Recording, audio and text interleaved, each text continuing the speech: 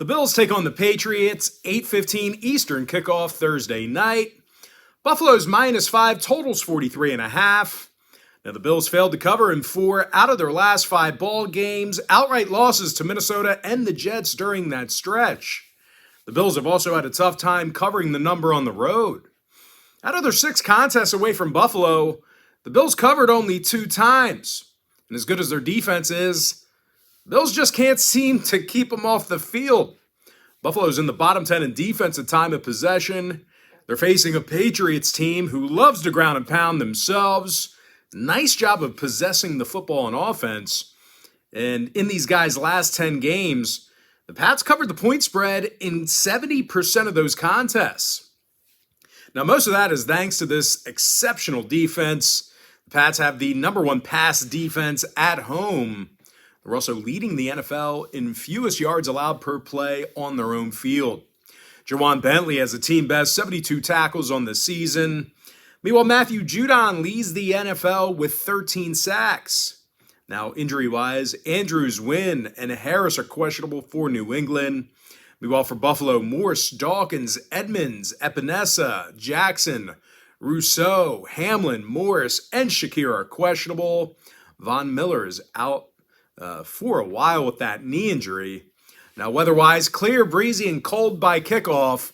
Should be 35 degrees, no clouds, and a 10-mile-an-hour wind in Foxborough. When it comes to the total, New England saw 3 out of their last 4 stay under the line. Meanwhile, Buffalo went 7-2 to the under in their last 9 themselves. I'm going to lean toward New England +5, under 43.5. Next contest, little Sunday action. I'm talking about the Browns at the Texans, 1 o'clock Eastern kickoff on Sunday. Cleveland is -7 on the road, totals 47. Now, we should see the return of Deshaun Watson here this week, but regardless of who plays quarterback, this is a Browns team who prides themselves in the run game. These guys are in the top 5 in rushing offense. Nick Chubb has also got himself over 1,000 yards already on the ground, along with a dozen touchdowns. And as bad as this Cleveland defense has been, they're allowing under 185 passing yards a game on the road. They're facing a Houston offense who's little threat throwing the football themselves. They're currently in the bottom 3 in passing yards per game at home. And even worse than that, the Texans are dead last in the league in offensive yards per play in front of their own fans. Now, injury-wise, Stingley's questionable. Deculus is still out. Meanwhile, for Cleveland, Greg Newsome is questionable for them. When it comes to the total, Cleveland 73% to the over for the entire season. Meanwhile, Houston saw overs recently against the likes of the Eagles, Raiders, and Chargers. I'm going to lean toward Cleveland, -7, over 47. Next ball game, Broncos, Ravens, 1 o'clock East. Baltimore's -8.5, totals 38 and a hook. And as bad as the Broncos are, well, it does feel like the locker room's in shambles in Baltimore as well. Lamar sending out that very scathing, curse-filled tweet, which he immediately took down. But Baltimore failed to cover in 7 out of their last 10 games, and they've yet to cover a point spread at home this year. The Ravens are having a real problem slowing down the pass. Their secondary's in the bottom 5 in slowing down the pass at home. They're facing a Denver squad who really isn't all that special themselves, but having said that, they did cover this year against the likes of Jacksonville, the Chargers, and San Francisco. This Denver defense has also been real tough to move the ball against. They're allowing only 17 points a game, and they're in the top 3 in fewest yards allowed per contest. You got to imagine if they just get a little bit more offensive production, I mean, we're looking at a completely different season. Alex Singleton, he has a team-best 90 tackles for Denver, along with 5 TFLs. And no real surprise here, guys, this Bronco D is in the top 3 in fewest yards allowed per play while traveling. Now, injury-wise, Harris and Judy are questionable. Hamler and Williams are still out indefinitely. Meanwhile, for Baltimore, Stanley, Hamilton, Armour Davis, and Likely are questionable for them. J.K. Dobbins is still out with that knee. Now, when it comes to the weather, 46 and mostly sunny by kickoff in the Inner Harbor. When it comes to the total, Baltimore went 4-1 to the under in their own stadium. Denver's 10-1 to the under for the entire year. I'm going to lean toward the Broncos. Plus 8.5, under 38 and a hook. Next ball game, it is going to be Packers-Bears, 1 o'clock East. Green Bay's the 4-point favorite, totals 44. Now, the Pack may have to go to work without Aaron Rodgers. He's got a thumb and rib injury right now.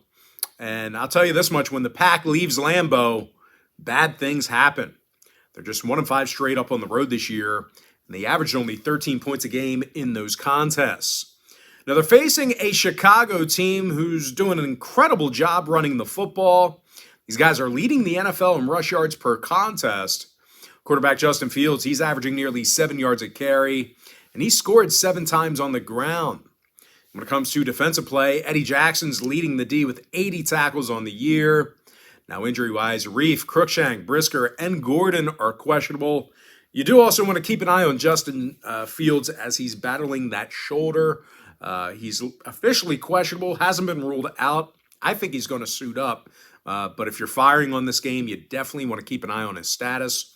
Meanwhile, for the Pack, Rodgers, Campbell, Savage, Gene Charles, and Dobbs, they're all listed as questionable for them.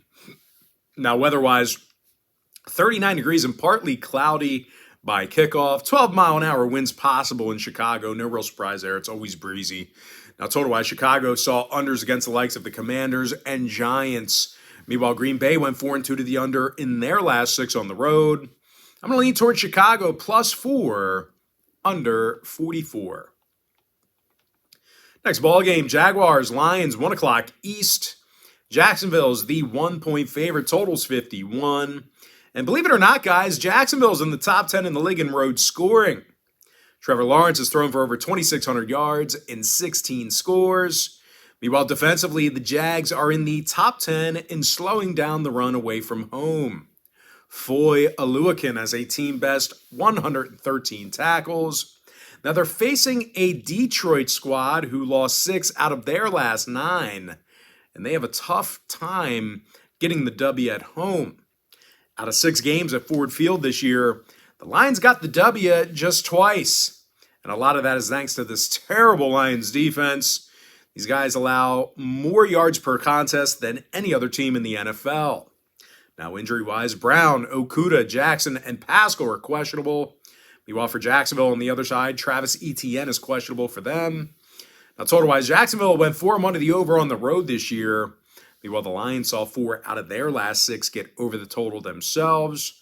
I'm going to lean toward Jacksonville minus 1 over 51.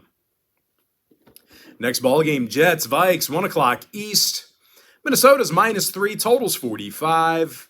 Now, the Vikings have done a real nice job against the number over the past few months.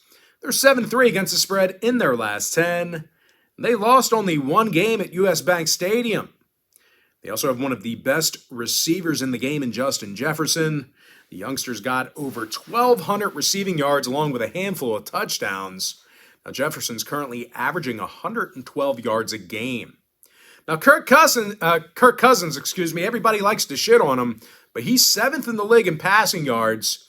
No real surprise here, guys. The Vikes are in the top 10 in the league in home scoring. They're facing a Jets team who's going to have to look to Mike White to save their season at quarterback, and I'm not saying he's a bad QB, but it's certainly not a great spot to be in when you have to look to Mike White to really salvage your season here. Now, injury-wise, Rankins, Davis, Robinson, Yeboah, and Carter are questionable to play for New York. Meanwhile, as a team, the Jets lost 2 out of their last 4, with both of those losses coming against New England. Now, injury-wise, once again, Rankins, Davis, Robinson, Yeboah, Carter, they're all questionable for the Jets. Meanwhile, for the Vikes, Tomlinson, Darisaw, Booth, and Evans are questionable for them. When it comes to the total, Minnesota went 6-3 to the over in their last 9. They also saw 4 out of 6 contests in their own building get over the total. Meanwhile, the Jets, they saw overs against the likes of the Bears, Pittsburgh, and Cleveland. I'm going to lean toward Minnesota minus 3 over 45. Next matchup, it is going to be Steelers at the Falcons, 1 o'clock Eastern start time. Pittsburgh's the 1-point favorite on the road, totals 43. And even though the Steelers got the W on Monday Night Football, they're still struggling to move the ball on the road. They're actually scoring just 13 points a game when they travel. When it comes to defensive play, the Steelers are allowing over 6.3 yards per play on the road. They're facing an Atlanta team who likes running the football themselves. They're actually in the top 5 in offensive rushing.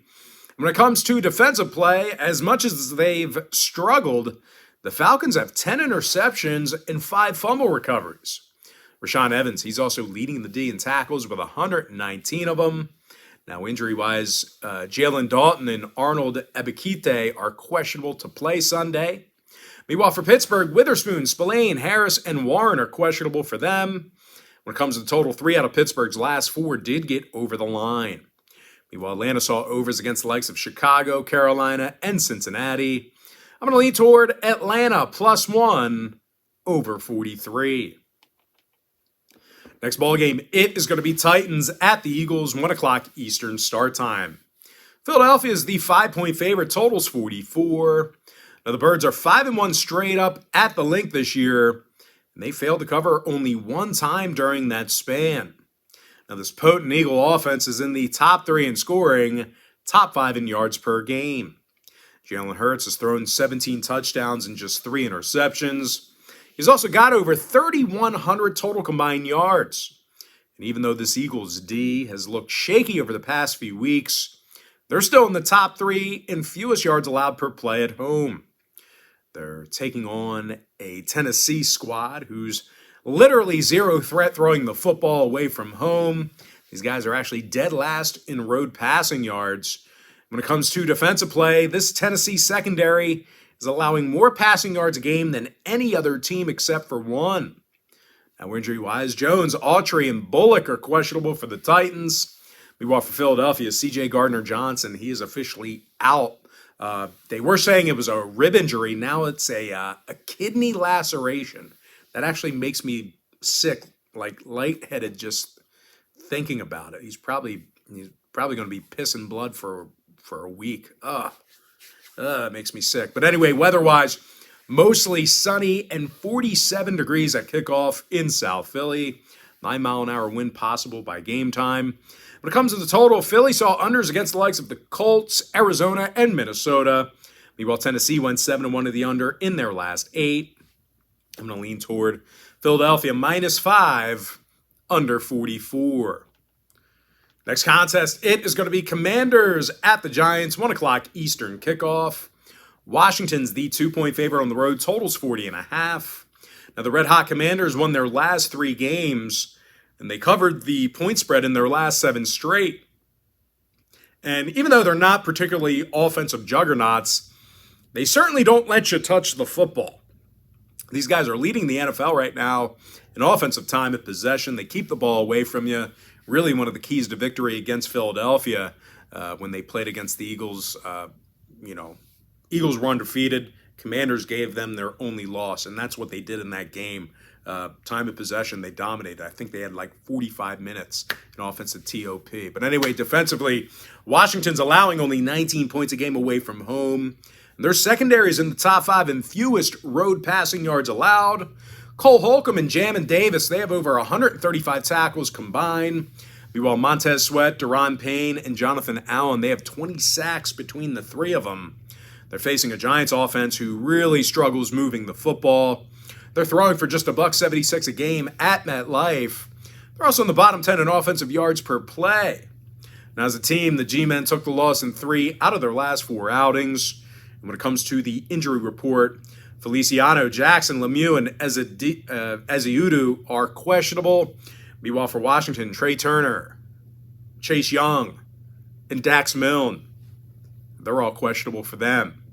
Weather-wise, clear skies, 47 degrees in East Rutherford. Total-wise, Giants 64% to the under this year. Washington 67% to the under. Give me Washington -2, under 40.5. Next game, Fins, Niners, 4:05 East. San Francisco's -4, totals 46. Now, the 49ers have had little issue moving the football at home. These guys have a top 10 passing offense in their own stadium. They're also in the top 10 in offensive yards per play in front of their own fans. but it's this Niner defense who's really impressed many of the experts. They have the #1 rush defense in the league, and they're allowing fewer total yards a game than any other team in the NFL. Fred Warner and Dre Greenlaw, they've combined for over 160 tackles. Meanwhile, Nick Bosa is third in the league with 11.5 sacks. Now, they're facing a Miami squad who's done little to establish a run game. They're in the bottom 5 in the league in rushing yards per contest. When it comes to defensive play, the Fins are allowing more points a game on the road than any other team in the league. Now, injury-wise, Mostert, Bridgewater, and Jackson are questionable. Teron Armstead is out. Meanwhile, for San Francisco, Eric Armstead is questionable for them. When it comes to the weather report, cloudy and a chance of rain in Santa Clara on Sunday. When it comes to the total, San Francisco saw 4 out of their last 7 get over the number. Meanwhile, Miami's 4-1 to the over away from South Beach. Give me San Francisco -4 over 46. Next contest, little divisional matchup here. Talking about the NFC West. Seahawks, Rams, 405 East. Seattle's -7, totals 42. Now, the Seahawks have done a nice job of moving the football this year. They're in the top 3 in offensive yards per play on the road. They're also averaging 29 points a game while traveling. Geno Smith has thrown for over 2,800 yards and ranks 5th in QBR. They're facing a Rams defense who's giving up a bunch of points at SoFi Stadium. They're in the bottom 5 in home points allowed. When it comes to offensive production, the Rams have done little to establish a proper run game. These guys are rushing for just 64 yards a game at home. Now, injury-wise, Stafford, Donald, Allen, Howard, and McCutcheon are questionable. Meanwhile, for Seattle on the other side, Dwayne Eskridge is questionable for them. When it comes to the total in this one, Seattle went 6-3 to the over in their last 9. They also saw 4 out of their last 6 on the road get over the number. Meanwhile, LA saw 3 out of their last 5 get over the line themselves. I'm going to lean towards Seattle, -7 over 42. Next contest, Chiefs, Bengals, 425 East. Kansas City's -3, totals 52. And even though the Chiefs are favored in this one, their secondary is at a tough time. They're not that great. They're in the bottom 10 in pass defense on the road. Meanwhile, as a team, the Chiefs have been awful against the number. They failed to cover in 8 out of their last 10 outings, depending on where you shopped at. They're facing a Cincy team who went 8-2 against the number in their last 10 themselves. Cincy's also throwing for more yards a game at home than any other team in the NFL. Joe Burrow's thrown for 23 touchdowns and nearly 3,200 yards. He's currently in the top 3 in both of those categories. When it comes to defensive play, this Cincy secondary is in the top 10 in pass defense at home. Trey Hendrickson and Sam Hubbard, they're leading the pass rush with over 10 sacks combined. When it comes to the injury report, Josh Topu's questionable for the Bengals. Meanwhile, for Kansas City, Joe Thuney, Kadarius Toney, and Juan Thornhill, they're all listed as questionable for them. When it comes to the weather report, cloudy and 46 degrees by kickoff in Cincy. Now, total-wise, the Bengals went 4-1 to the over in their last 5. Meanwhile, the Chiefs saw 4 out of their last 5 on the road get over the number themselves. I'm going to lean towards Cincinnati +3 over 52. Next contest I have for you, it is going to be Chargers at the Raiders, 425 Eastern kickoff. The LA Chargers are -2, totals 50.5. And even though the Raiders strung together a couple of wins here recently, it's still pretty tough to trust their defense. These guys are currently in the bottom 3 in the NFL in yards per play allowed at home. They also have one of the worst secondaries in the AFC. Little glitch, matrix glitch there. Anyway, they're facing a Charger team who certainly loves throwing the football. Justin Herbert's 5th in the league in passing yards and touchdowns. And no real surprise here, guys. This high-powered Charger offense, they're in the top 10 in road scoring. Now, injury-wise, Lindsley, Williams, Adderley, and Pipkins are questionable for Los Angeles. Meanwhile, for the Raiders, Bolden, Billings, Averett, Vickers, and Horsted, They're listed as questionable for them. When it comes to the total in this one, the Raiders are 4-0 to the over in Sin City. Meanwhile, the Chargers went 6-3 to the over in their last 9. I'm going to lean toward the Chargers -2 over 50.5. Next matchup, little Sunday night football. I'm talking about the Colts at the Cowboys, 8:20 p.m. East. Dallas is -11, totals 43.5. Now the Cowboys got the W in 8 out of their last 10. They covered the point spread in 70% of those contests. They also have arguably the best secondary in the game. These guys currently have the #1 pass defense in the NFL. Micah Parsons has been putting on the pressure on the quarterback. He's second in the league in sacks with 12. Meanwhile, Leighton Vander Esch and Donovan Wilson, they have nearly 150 tackles combined. Now, they're facing a Colts team on the other side who really struggles offensively on the road. These guys are scoring only 11 points a game while traveling. And no real surprise here, guys. Indianapolis is currently in the bottom 3 in offensive yards per play on the road. Now, injury-wise, Pay and Granson are questionable for Indy. Meanwhile, for Dallas, Hankins, Barr, and Basham are questionable for them. When it comes to the total, Dallas is 4-2 to the under at Jerry World. Meanwhile, Indy went 5-1 to the under on the road. Give me Dallas -11, under 43.5. And with that, guys, we're going to jump into our next and final video. Next game, Saints, Bucks, 8:15 Monday night. Tampa Bay is -3, totals 40. And even though the Bucks are having a down year, it ain't for a lack of throwing the football. Tom Brady's 4th in the league in passing yards right now, and he's thrown only 2 interceptions, which is a league low. Now, defensively, the Bucks are allowing only 18 points per contest. They're facing a Saints team who's scoring just 20 points per contest themselves, and they have a tough time running the football. They're currently in the bottom 5 in the league in road rushing. Meanwhile, as a team, the Saints took the loss in 7 out of their last 10. Now, injury-wise, Williams, Lattimore, Gray, and Werner, they're all listed as questionable for New Orleans. Meanwhile, for Tampa Bay, Fournette, Gage, and Wirfs are questionable. I can't believe Wirfs is questionable. That injury was bad. I can't imagine he's going to play anytime soon. Now, weather-wise, clear and comfortable in South Florida by kickoff. Should be 73 degrees and almost 0 wind by game time. When it comes to the total, Tampa Bay went 80% to the under in their last 10. Meanwhile, New Orleans went 4-1 to the under in their last 5. I'm leaning toward Tampa Bay -3, under 40. And with that, guys, now it's time for our quick pick recap. I like New England +5, under 43.5. Cleveland -7, over 47. Denver +8.5, under 38.5.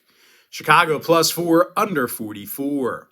And if you want to see which one of these free picks on this video that I'm actually betting on personally, there's only one way to do that, and that's to sign up for my NFL tier package bets on my website. Give me Jacksonville -1, over 51. Minnesota -3, over 45. Atlanta +1, over 43. Philadelphia -5, under 44. Washington -2, under 40.5. San Francisco -4, over 46. Seattle -7, over 42. Cincinnati +3, over 52. LA Chargers -2, over 50.5. Dallas -11, under 43.5.